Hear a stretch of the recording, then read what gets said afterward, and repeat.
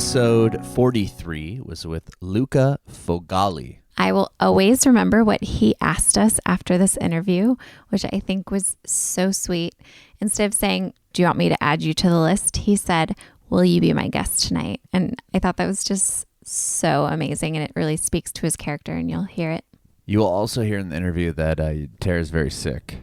Oh, I forgot. Yeah, so it won't sound like it is right now. And make sure to check us out on YouTube and Facebook and IGTV at Bringing It Backwards and at bringinbackpod.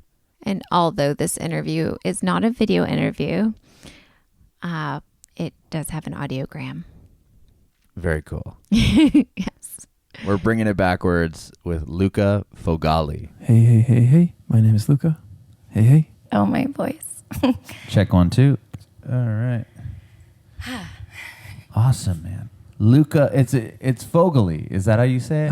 Fogale. Fogale. Yeah. It was phonetically spelt on this one sheet I had, and we were trying to figure it out. We're like, is it Fogale or Fogale? You can hit the middle syllable really hard, or you can just say it with a really like robust Italian accent, and it comes out great both ways. But, yeah.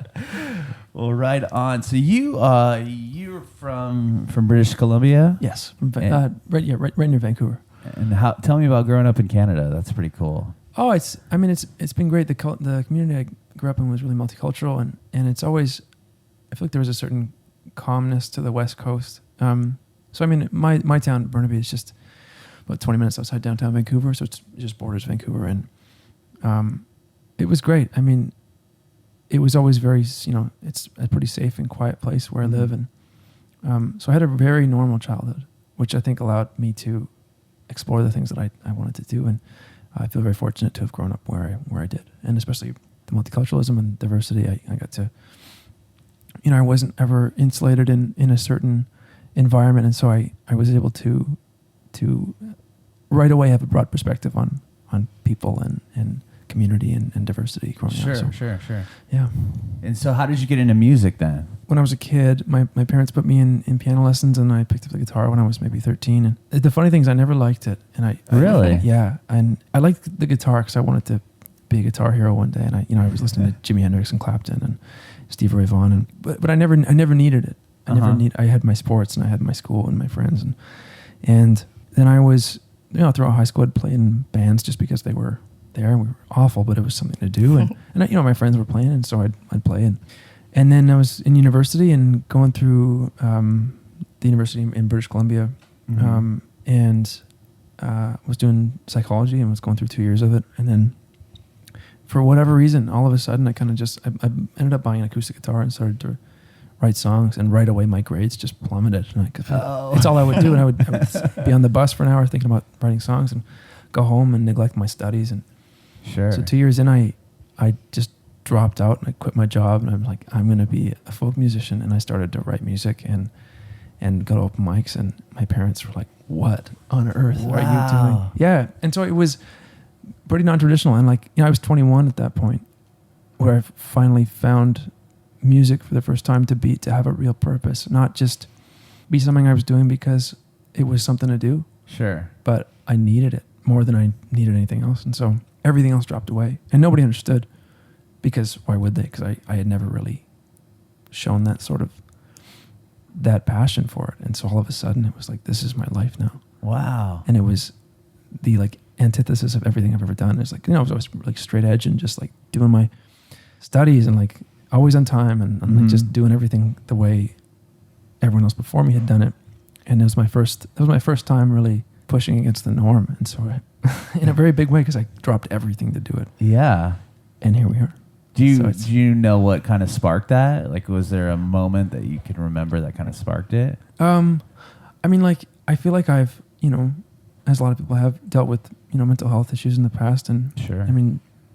Particularly depressive feelings. And I think that when I found folk music, and I found music that was kind of non-sensational, more just about people and about feelings, that I started to realize what had been missing in my life, and up until then. And I've been writing a lot lately in the last couple of years about my relationship with religion, and how around when I was about 18, I sort of dropped all that as well.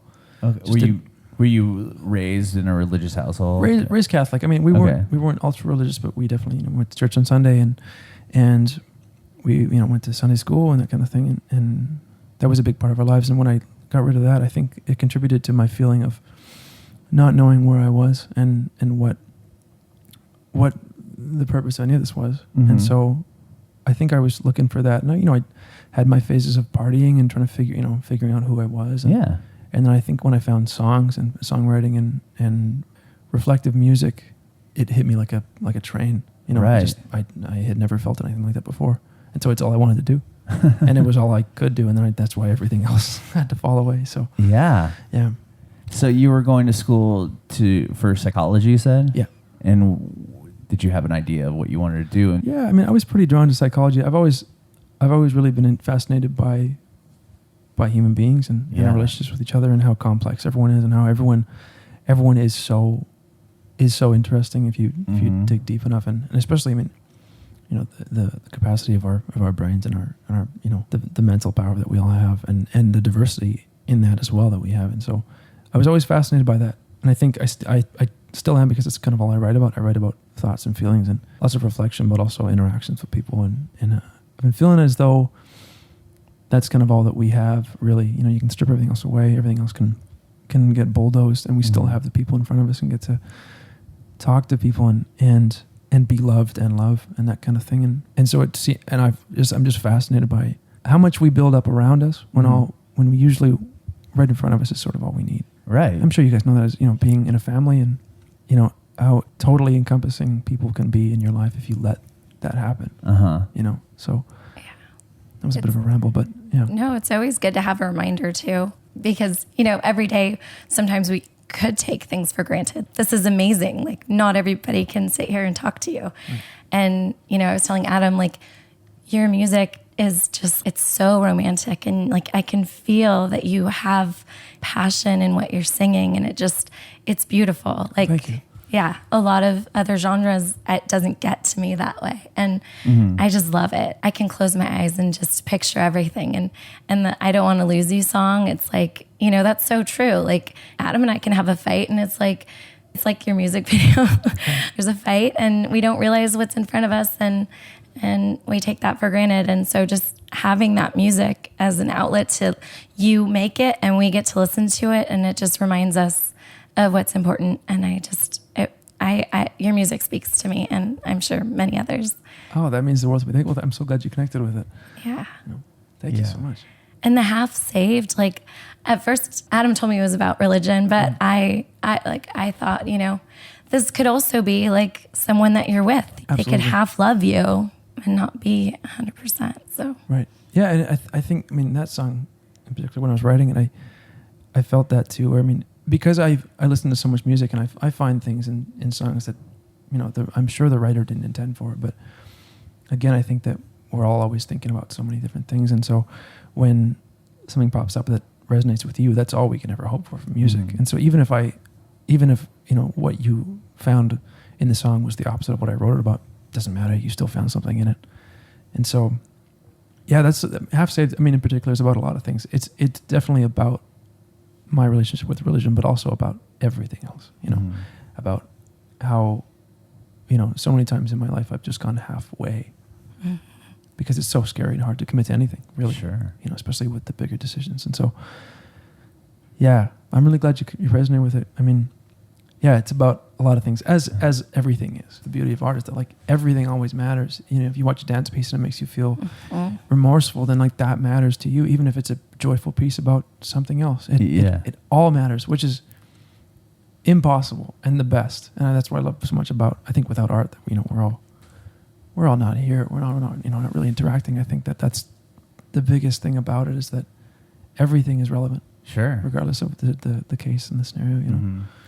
And I want to go back to so you're in college, you know how to play guitar, you just go full blown, like, okay, this is it. Yeah, I was writing a lot of songs just for myself, and I've always written to help myself sort of remedy things and understand how I'm feeling, or an interaction with somebody else. And so just writing songs in the basement of the house I was living in, and just writing and trying to figure out where my voice was. And then eventually I had a good friend who offered to help me record the songs, and so I had no money to pay him, but we just recorded it. Yeah. And I started to play shows and book things where I could, and eventually got it pressed to a CD, and then just started to sell those at shows, and it wasn't until I had been playing open mics in little tiny spots to nobody for a year. Then we finally put the music out, and then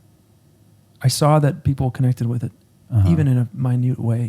One or two people at every thing I'd play, would come up and we started a conversation about it, and I started to see that it could be viable to do it, and if I was honest with everybody and with myself, and I saw the viability of making a living, which is all I've ever wanted to do. Is I want to make whatever anybody makes, whatever someone laborer, or carpenter, or a teacher, or whatever Sure. they make. More so, I just want to connect with people so badly because I feel like that's what music has done for me. Is it's made me feel understood, made me feel worthwhile in so many different ways, saved my life countless times. You know what I mean? Mm-hmm. And so that's all I've ever wanted to do. And so when I saw that, really, I would say like almost every time I played, someone would come up and we start a conversation. We just talk about things. We talk about depression. We talk about self-consciousness and self-worth issues and that kind of thing. And I just saw that there were people just like me who couldn't say the same things and who looked to music for that, which is something I had done in the past couple of years when I started to love music again, or maybe really for the first time. But I saw that there was worth there, and I just had to go full steam ahead because I had never really felt that understood before, And so, yeah, and then I started to work on another album, and then I got some, in Canada we have really, really great grant systems, and so I got a grant to record an album. Wow. In like 2015, and so I had a manager, really just a friend who was helping me out. Who I've had some really great people in my life really just pitch in because they are great people, and I wasn't able to compensate people in the first couple of years, but I had a lot of people step up and really just help out, and so he got me a grant for the album, and so I did the album, and then we put that out in 2016. That one's called Safety, and ever since then, I've kind of been able to sell those and go tour and write more songs. And I've been writing with a lot of artists as well, and trying to be an empathetic co-writer for people, and try and just write music because music needs to be written, not for any other real reason. And so hopefully the living comes after that, right? Sure. And then I've just been doing that since 2013. That's kind of when I started. Wow. So you've kind of just done this all. I mean, aside from help from friends and stuff, you've kind of just done this all on your own, then, right? I mean, as far as I wouldn't say that. I think that would. I've had like I said, a friend who recorded my record for my first EP for nothing. Yeah. And then a manager who stepped in who just connected with my music, and we didn't make any money together. We just worked, and he came on a bunch of tours with me and slept in my car and and then we put the album out, and then. My manager and I had to part ways. He was getting too busy with his work, and so I signed on with some new management and then an artist agency, and so now things are sort of like more establishedly, that's not a word, but in a more established way, rolling now with companies, which has been a real different experience because it sort of boosts your accountability. Now you're a resource as opposed to just some guy making music who everyone's like, oh, it's just my side gig, and so if we don't make any money at it, it's okay. And now it's become much more of a company. Right. My managers are now, it's also an indie label, and so we're in agreement in that regard. So, but I mean, in terms of creative control, I just kind of do my thing. That's pretty. They trust me to do that, and so which is the best case scenario, So, so working right now. The next step is just I'm finishing up a record for a release in September. So very cool. Very cool. Yeah. Is the friend that helped you record the Safety EP, is he the one that was in the music video? No, this is a friend of mine from who I haven't seen him in a couple of years, but he was going to recording school in Vancouver, and I met him. I don't even know how, but I met him, and I haven't seen him in a while. But then I played at his wedding a couple of years later and stuff, and so we remained friends. But again, just really great people who have been around and been helpful when I needed it. Which was, I feel very fortunate to have had the people in my life that I did, Yeah. in the basement, like you were living in a basement while writing these songs. And kudos to the people that lived above you, because, you know. I've had some great roommates, Yeah. That's awesome. Yeah, no, but I'm sure they heard all the same songs about 100 times each. So. Right. What was your first tour? How did that kind of come together? Were you just playing around Canada? Did you come into the States? How did that work? You know, up until this run, I hadn't played in the States before. Because, wow. Yeah, because as a Canadian, getting a visa to come down here it's really expensive, and it's also quite tough to do if you don't have. It's a bit of a catch-22 because you need to have shows booked to get the visa, but you can't book shows really without a visa. So it's like, no, sorry. Like you need to know somebody down here who's booking shows and that kind of thing. So, but my first tours were around BC, and there are some small towns that have cafes and house concerts to play in. Also, we have an island off the coast of BC called Vancouver Island, and I did a lot of touring out there because there's a lot of great little towns to play in. Oh, cool! So it was all very small stuff. A lot of house concerts, which is still my favorite thing, but all very small stuff. And then my first big tour was for the album that I released, and it was like a 2-month run across Canada. So ended up being like 20,000 kilometers or something because our country is so huge, And so you get to find all these kind of wacky towns that, because there isn't much in Canada besides the major cities, like there are all these small towns. Uh-huh. So my manager and I, we just found a bunch of places to play, and I just went for 2 months and just tried to sing these songs to people and sell my albums. Wow! And it was a slog for sure, because it's like I slept in my car quite a few times, which is the hatchback I was telling you guys about earlier. Yeah. Little Ford Focus, just laying the seat back, and so. So it's this, and here we are now with this, like to do this tour with Dermot and the guys. It's the first show that we played in the States was at the Paramount in Seattle to 3,000 people. Wow! So it's very far removed from the concerts that I used to play when I was just starting out, because you're not in a coffee shop with 5 people anymore. Yeah. Now there's there's a little more of a production behind it, just a touch, but That's when you got put on this tour. Did you know that you're going to be playing these bigger rooms? Well, because they released the Canadian dates first, and we saw those rooms and wanted to jump on it right away, and they okayed it, and then we saw that he was playing Coachella and that they released the American leg, and I looked at some of I had to stop researching the rooms because it was really stressing me out. Oh yeah. But the last one we did was the Fox Theater in Oakland. And, okay. Again, 2,900 people or something like that. Yeah. Pretty surreal stuff, and like places that I've only ever dreamt about playing, and so it feels pretty wild to get to. They're not my shows, but I feel very fortunate to be here and to be able to sing to this many people. It's a real privilege to play these bigger clubs than you were before. I mean, that's a pretty massive achievement. Well, thanks. I appreciate it. Did you do anything different to prepare for this tour? Oh, sure. Did you have to kind of like figure out, okay, now I'm going to be on this massive stage? Yeah, a lot of visualization. I mean, I put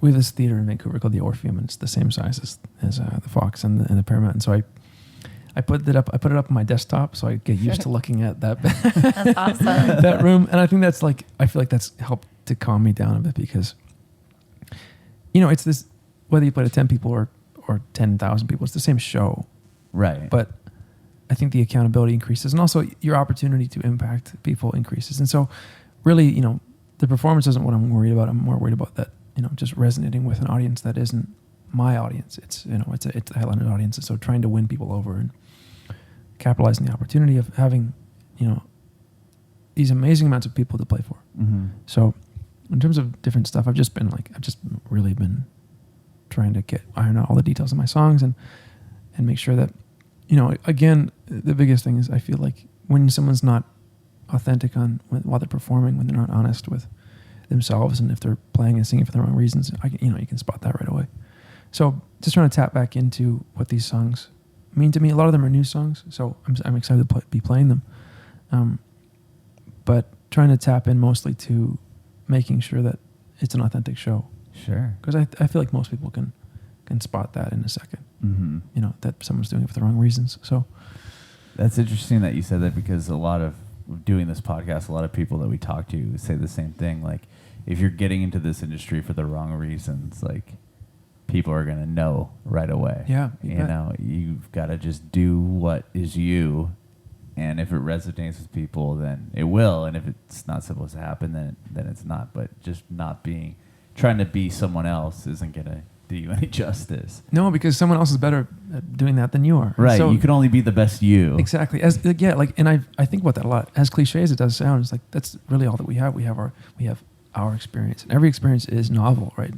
Every perspective that we have, no one's ever had that before. Right. And so why try and anything else is futile because I don't know about you better than you do. And I never will.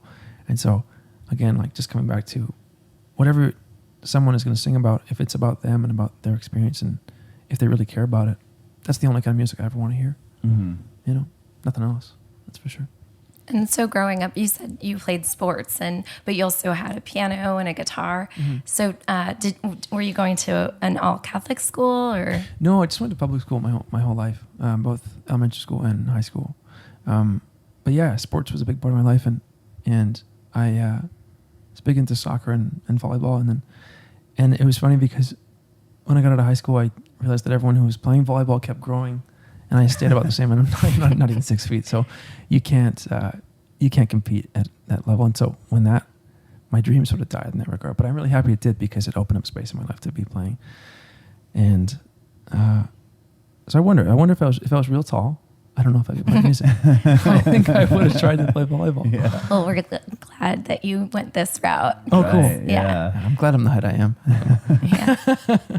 Yeah. When did you realize that, because you have an incredible voice. Oh, thanks. When did you realize that you could sing? Did you go to lessons for that, or did you just was just playing off your guitar? And in all the bands I was in, I mean, you'd be hard pressed to call them bands, but in all the groups of teenagers that I was in playing music, yeah, I always just sort of stepped up to the mic and just started singing, and I kind of just fell into it, and I found people like Jeff Buckley and and Joni Mitchell who are just very athletic singers, and I started to love how full of expression that could be, and instead of I was never drawn to people who were showy or acrobatic. I was never drawn to that kind of singing. More so just people who had the freedom to express themselves and vocally in the ways they wanted to, and who aren't hindered by a skill set. It's like watching a great guitar player.